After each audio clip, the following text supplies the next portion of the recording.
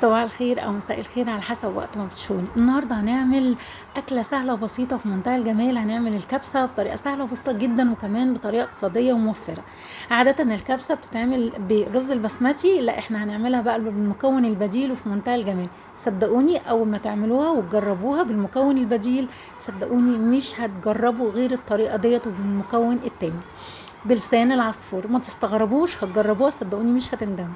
هنجيب لسان العصفور نحمره كويس جدا زي ما انتم شايفين بالماده الدهنيه، وبعد ما هنحمره هنحط يدوب بصلايه صغيره قطع كده زي ما انتم شايفين كده، وهنشوح لسان العصفور مع البصل.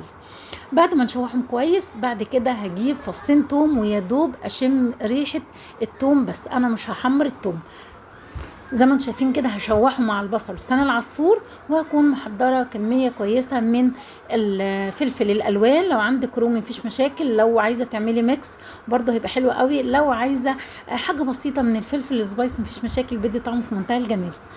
في الفترة دي بقى هحط معلقتين هرميين من بودرة الكبسة، بتتباع جاهزة من عند العطار باكت او سايبة، وزي ما انتم شايفين كده فيها مكونات الكبسة. طب لو انا ما عنديش المكونات اللي هي البديلة ديت اللي هي الجاهزة، ممكن ان انا اجيب حاجة بسيطة من الجنزبيل والحبهان ورق اللوري ولومي، بيبقى ليمون ناشف لونه اسود كده، وجنزبيل وكركم وكاري، وكل ده بنحطه مع الكبسة. وطبعا قرفة اهم حاجة، عيدان او باودر.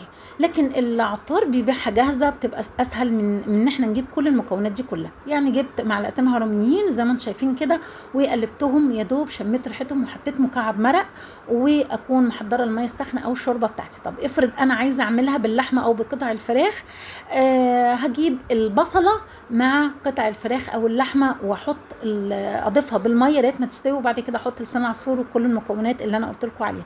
زي ما انتم شايفين كده، بعد ما ضفت عليها الشوربه او ضفت عليها الميه السخنه مع مكعب المرق، ولو عايزه تجودي تحطي حاجه بسيطه من الجنزبيل والفلفل الاسمر والبهارات. بصوا بقى في منتهى الجمال، ريحتها خطيره.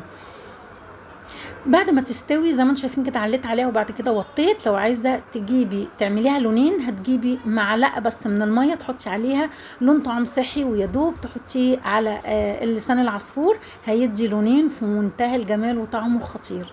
ان شاء الله تعجبكم، ولو عجبتكم يا ريت تعملوا لايك وشير واشتراك في القناه، ومتنسوش تفعلوا الجرس. بصوا خطيره. لو عايزين تحطوا من فوق شاورما او لحمه مستويه تكون عاملاها قبل كده مفيش مشاكل، في كلا الحالات طعمها في منتهى الجمال. ان شاء الله تعجبكم وسهل.